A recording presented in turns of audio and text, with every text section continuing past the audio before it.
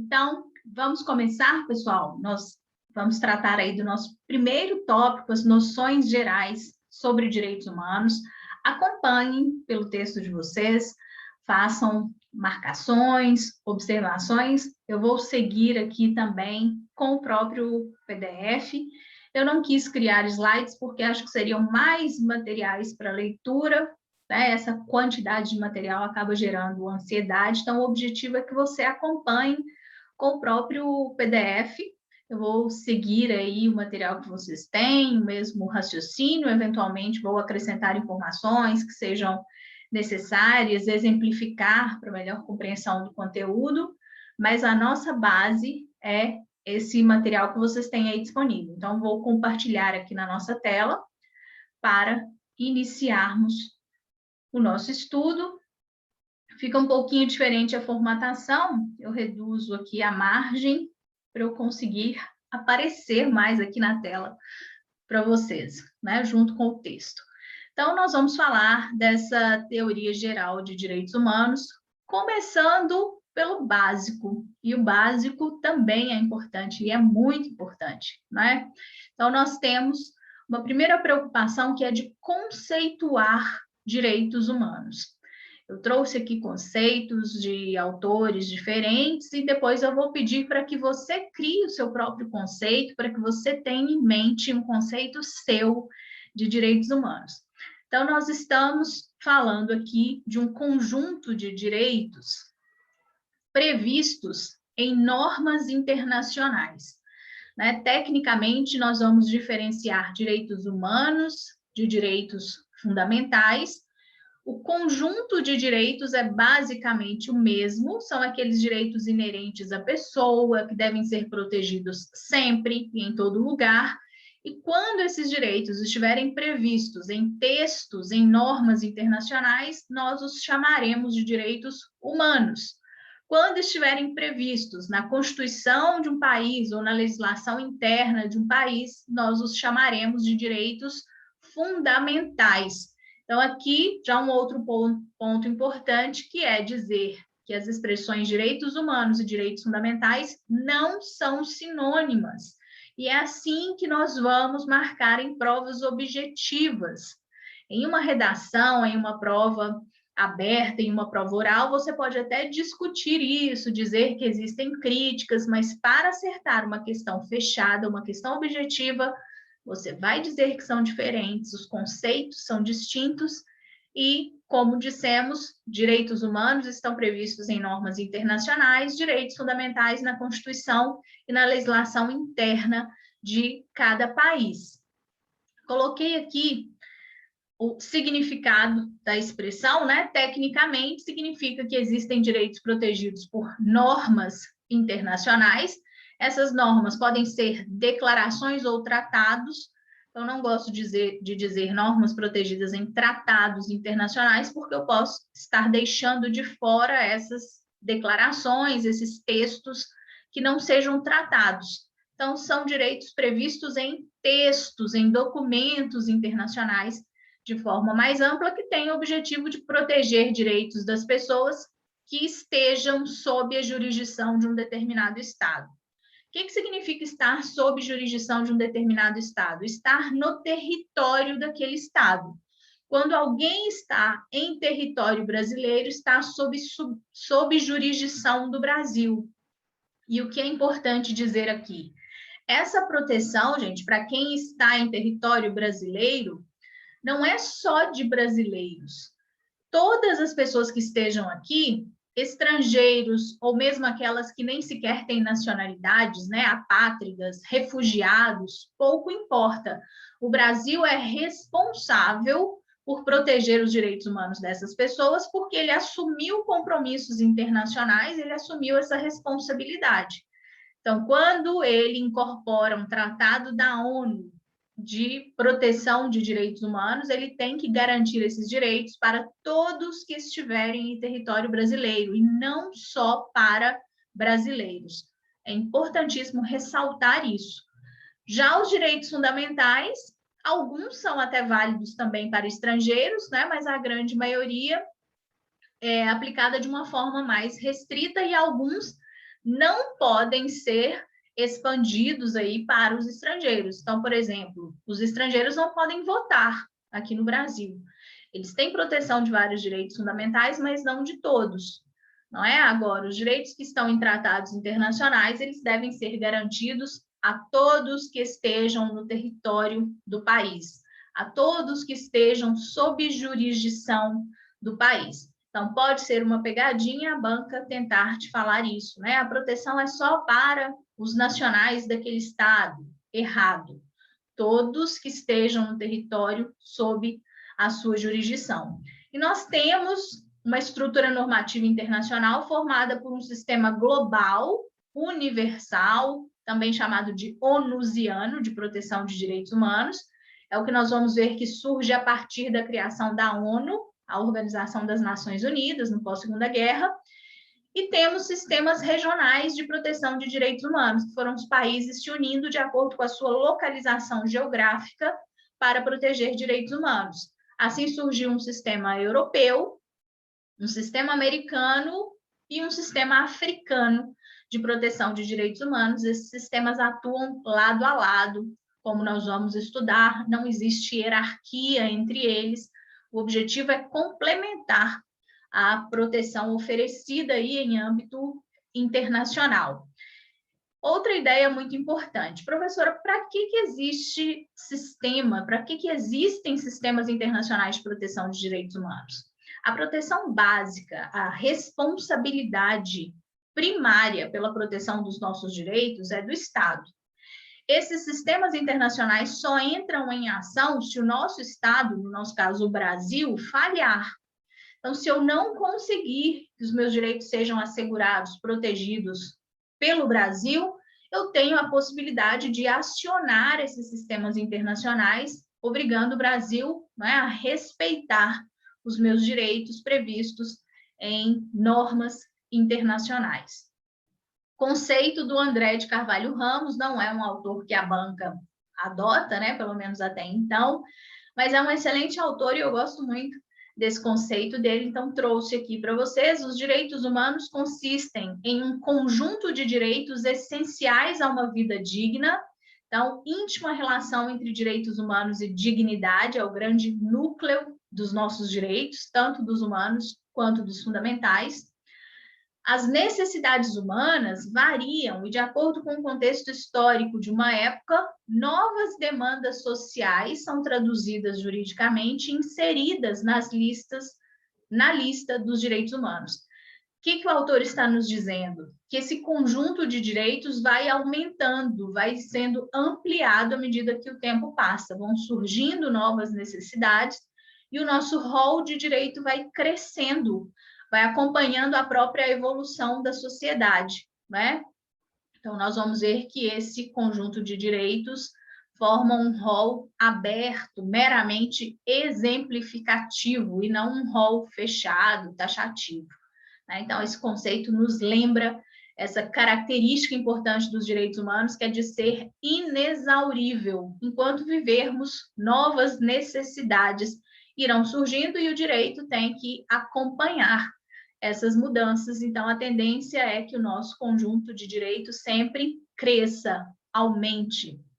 As famosas gerações ou dimensões, né, tendem a se multiplicar ao longo do tempo.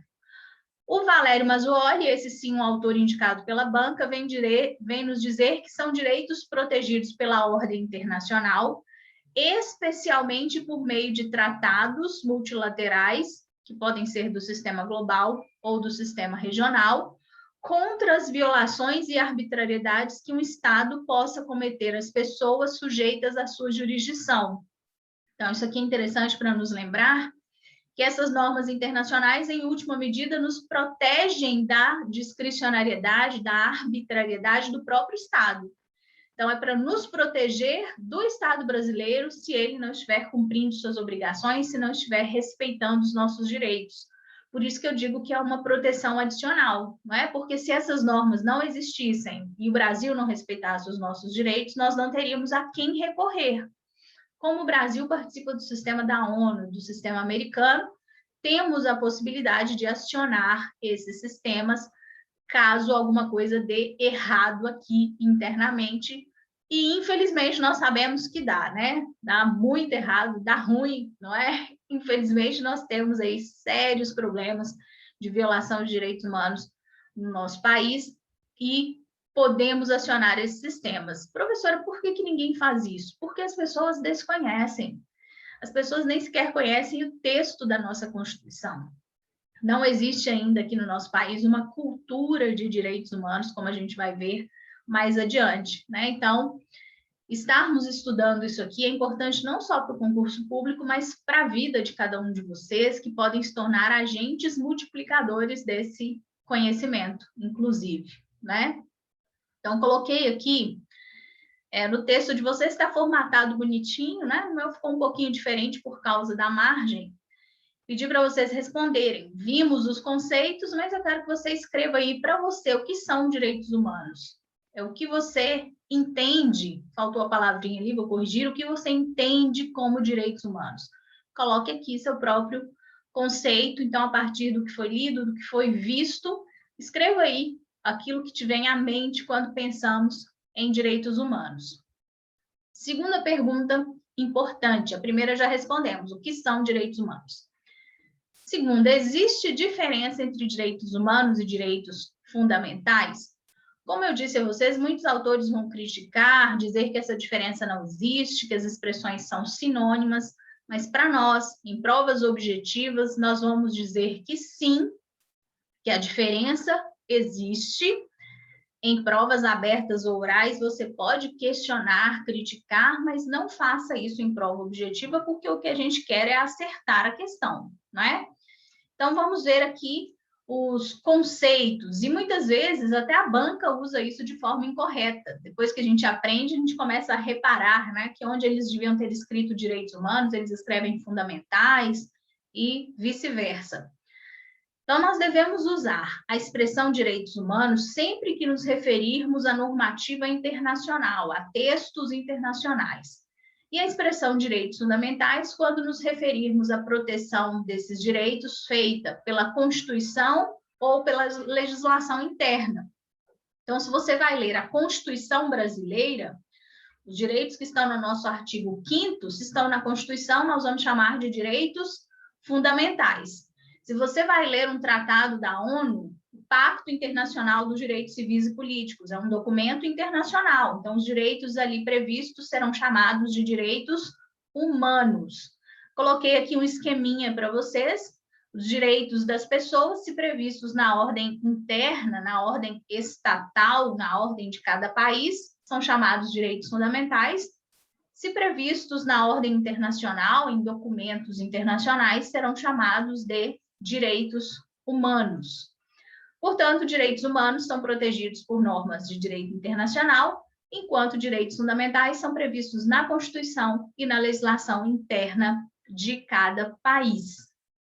Os direitos humanos são indispensáveis a uma vida digna, porque eles estabelecem o mínimo que os estados devem garantir de proteção para nós, e pode aparecer a expressão para vocês, estándar mínimo, não é? Um patamar mínimo de proteção, sob pena desses estados serem responsabilizados internacionalmente, como eu disse para vocês, se o Brasil não garante os nossos direitos, eu posso acioná-lo internacionalmente para obrigar a respeitar esses direitos, ele pode ser condenado por violar os meus direitos. Então, diz o Mazzuoli, os direitos humanos são direitos que garantem às pessoas sujeitas à jurisdição de um Estado meios de vindicação de seus direitos para além do plano interno nas instâncias internacionais de proteção. É para isso que servem os sistemas internacionais de proteção.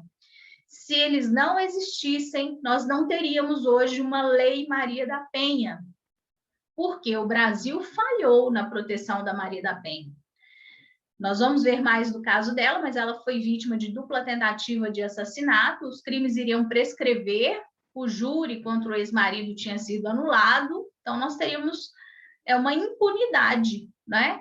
E a falta de proteção da Maria da Penha. O que ela fez? Ela, através de organizações não governamentais, acionou a Comissão Interamericana e a comissão recomendou ao Brasil que resolvesse o caso judicialmente, que criasse a Lei Maria da Penha.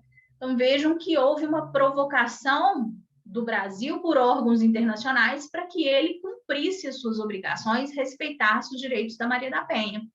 Isso não seria possível se esses sistemas, como o sistema americano, se não existisse. Então, vejam a importância de conhecermos, de participarmos desses sistemas internacionais, não é? Como eu disse a vocês, não importa a nacionalidade da vítima, se um português, um americano, um australiano está em território brasileiro e tem violado um direito dele, que está previsto em um tratado que foi ratificado pelo Brasil, ele poderá acionar o Brasil internacionalmente se a proteção interna falhar. Então, a obrigação que o Brasil tem não é só com brasileiros, é com todas as pessoas que estejam no território sob a sua jurisdição. E já sabemos que existem basicamente dois grandes sistemas, né, na normativa internacional, um sistema global ou universal, que é o sistema da ONU, qualquer país do mundo pode participar do sistema da ONU, e os sistemas regionais, que são os sistemas organizados a partir da localização geográfica de cada país. Então, lá no sistema europeu, só participam países europeus. No nosso, nas Américas, países americanos. No africano, os países africanos. O objetivo é o mesmo: proteção adicional de direitos humanos quando o país falha. E um Estado pode participar tanto do sistema global quanto do seu sistema regional. O Brasil participa do sistema da ONU e do sistema americano. A França participa do sistema da ONU e do sistema europeu, né? Nós vamos ver que eu não consigo acionar os sistemas ao mesmo tempo, mas o país está livre para participar do sistema global e também do seu sistema regional, conforme a sua localização geográfica. Então, fechamos aí esse primeiro tópico sobre conceito e a diferenciação entre direitos humanos e direitos fundamentais. Tranquilo? Tudo certo? Qualquer dúvida, vocês deixem para mim, podem colocar aqui abaixo do vídeo, me mandar no e-mail, no WhatsApp, como vocês preferirem, tá bom? Segundo tópico aí, para fecharmos esse vídeo, terminologias, amplitude, fundamento e conteúdo. Além de direitos humanos e direitos fundamentais, podem aparecer outras expressões em provas, como direito natural e direitos do homem. São duas expressões que até estão em desuso, porque elas nos remetem a um conjunto de direitos não escritos, não positivados. E por que isso está em desuso, gente? Porque atualmente é muito difícil pensarmos em um direito que já não esteja protegido na Constituição, nas leis ou em documentos internacionais. Não é? Então, sempre que a questão falar direito inerente ao homem, significa que ele não precisa estar escrito em nenhum lugar. O homem já nasce com esse direito. Isso é direito natural ou direito do homem, não é? E as bancas ainda podem utilizar, vocês vão relacionar com direitos não escritos, não positivados. Essa palavra aparece muito, direitos inerentes ao homem. Significa que você já nasce com esses direitos, independentemente da previsão em qualquer texto legal. Coloquei aqui para vocês, porque isso vem no livro do Mazzuoli. Ele menciona que é difícil a gente encontrar exemplos desses direitos, né, do homem, naturais, e sempre pode aparecer, junto a essas expressões, a expressão de cunho naturalista ou do movimento justnaturalista, que é para nos lembrar direitos não escritos, não positivados, ao contrário do movimento do positivismo, que positivou, que escreveu os direitos, tá? Então, diz o Mazzuoli que para o STF nós teríamos dois exemplos ainda de direitos do homem, que são o direito à fuga e direito à autodefesa. Eles não estão escritos em nenhum lugar, né? Não estão na Constituição, não estão no Código Penal, mas teoricamente nós teríamos resguardados como direitos naturais ou direitos do homem esses direitos. E uma outra crítica que se faz é que quando eu digo direitos do homem, eu poderia estar causando uma discriminação ao usar o termo homem e excluir a mulher, né? Então, tem autores que criticam a própria expressão direitos do homem. Temos ainda outros termos que são comuns, mais comuns em países europeus. Alguns são utilizados em países europeus, mas nós vamos ver que são conceitos incompletos. Então, não é correto usar esses termos quando eu quero me referir a direitos humanos ou direitos fundamentais como um todo. Então, por exemplo, se eu falo em direitos individuais, nós vamos ver que direitos individuais são direitos de primeira geração, são direitos de liberdade. Então, eu não posso usar direitos individuais querendo me referir a direitos humanos, porque eu estaria excluindo as demais gerações de direitos, né?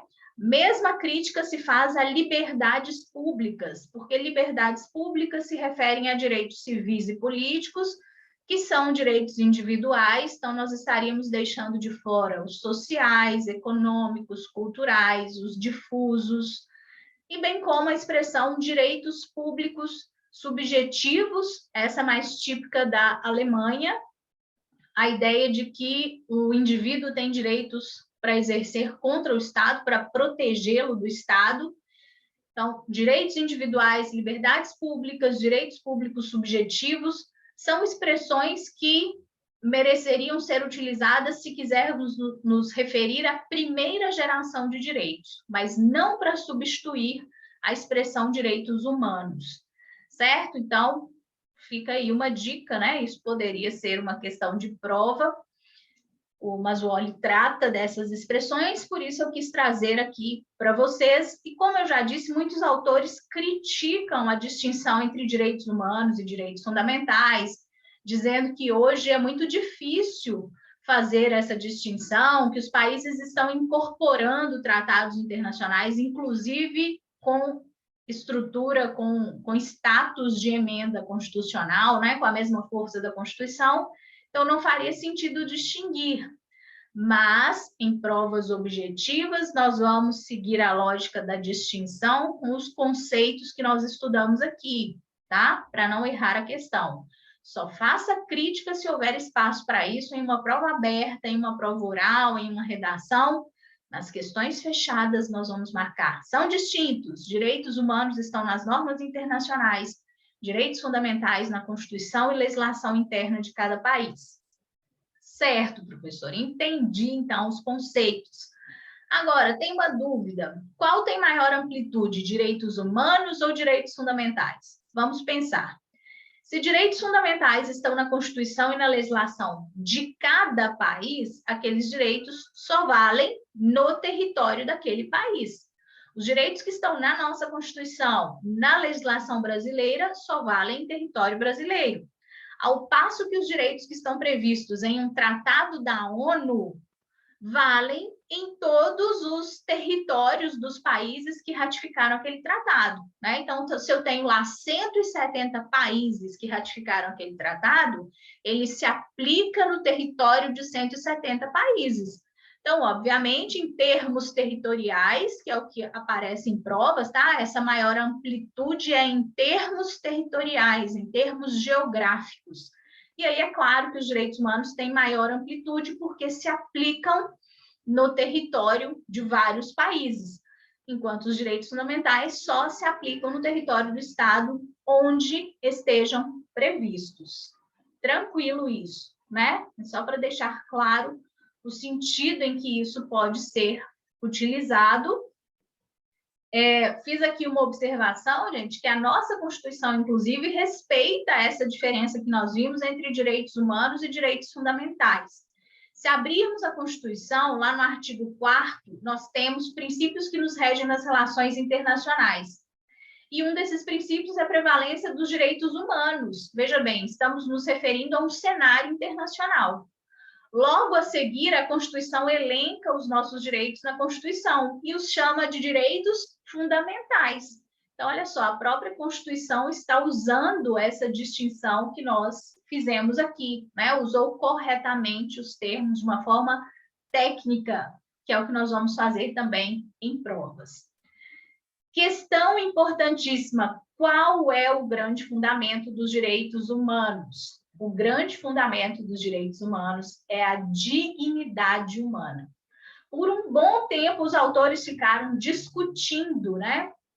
Principalmente uma discussão filosófica sobre esse fundamento, nós vamos ver aqui adiante. Mas, com a promulgação da Declaração Universal dos Direitos Humanos em 1948, essa discussão acabou, porque consta expressamente do preâmbulo da Declaração Universal que a dignidade é o fundamento dos direitos humanos. Também no nosso país, no artigo 1º da nossa Constituição, consta como um fundamento da República a dignidade da pessoa humana. Então, a gente pode falar que o fundamento dos direitos humanos é a dignidade, e aqui no nosso país é com um fundamento da República, a dignidade é um fundamento da República, e, obviamente, também fundamento dos nossos direitos fundamentais, né? Então, sem dúvida, a dignidade. Olha aqui o artigo 1º da Declaração Universal. Todas as pessoas nascem livres e iguais em dignidade e direitos, são dotadas de razão e consciência, devem agir em relação umas às outras com espírito de fraternidade. E, anteriormente, no preâmbulo, está previsto que a dignidade é o grande fundamento dos direitos humanos. Cuidado, porque tem questão que vai te dizer que os direitos humanos têm como fundamento dignidade, liberdade, igualdade. Dignidade, liberdade, justiça. Errado. Fundamento é um só. Os demais valores são direitos, são garantias, mas fundamento é exclusivo, é dignidade da pessoa humana. Vamos falar mais sobre dignidade quando estudarmos a Declaração Universal, mas já peço para você responder aqui, né, para fixar. Coloque aí no seu texto, na linha que eu deixei para vocês, qual o grande fundamento dos direitos humanos, e não erre isso em prova, hein? É um fundamento só. Quanto ao conteúdo dos direitos humanos, merece ser destacada a característica da indivisibilidade desses conteúdos. Nós separamos em gerações ou dimensões para estudar, mas o conteúdo forma um todo indivisível. Por quê, gente? Uma geração não se concretiza sem a outra. O meu direito à vida depende do meu direito à saúde, depende de um meio ambiente sadio. Então, são direitos que estão interligados, interconectados, são indivisíveis. Pergunta frequente também em provas, e lembrem-se dessa característica marcante da indivisibilidade.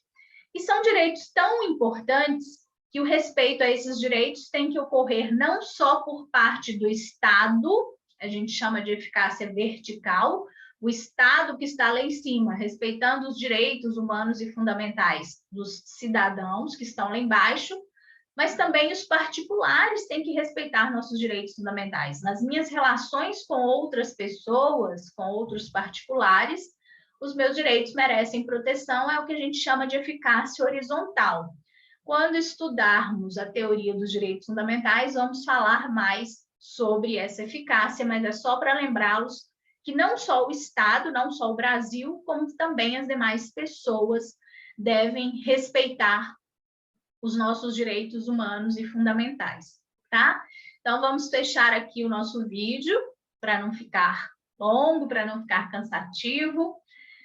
Qualquer dúvida, deixem aqui para mim, falem comigo. Já já nós voltamos a partir da fundamentação filosófica dos nossos direitos humanos, para vocês entenderem um pouquinho mais, né, como aconteceu para chegarmos até onde estamos hoje. Até já!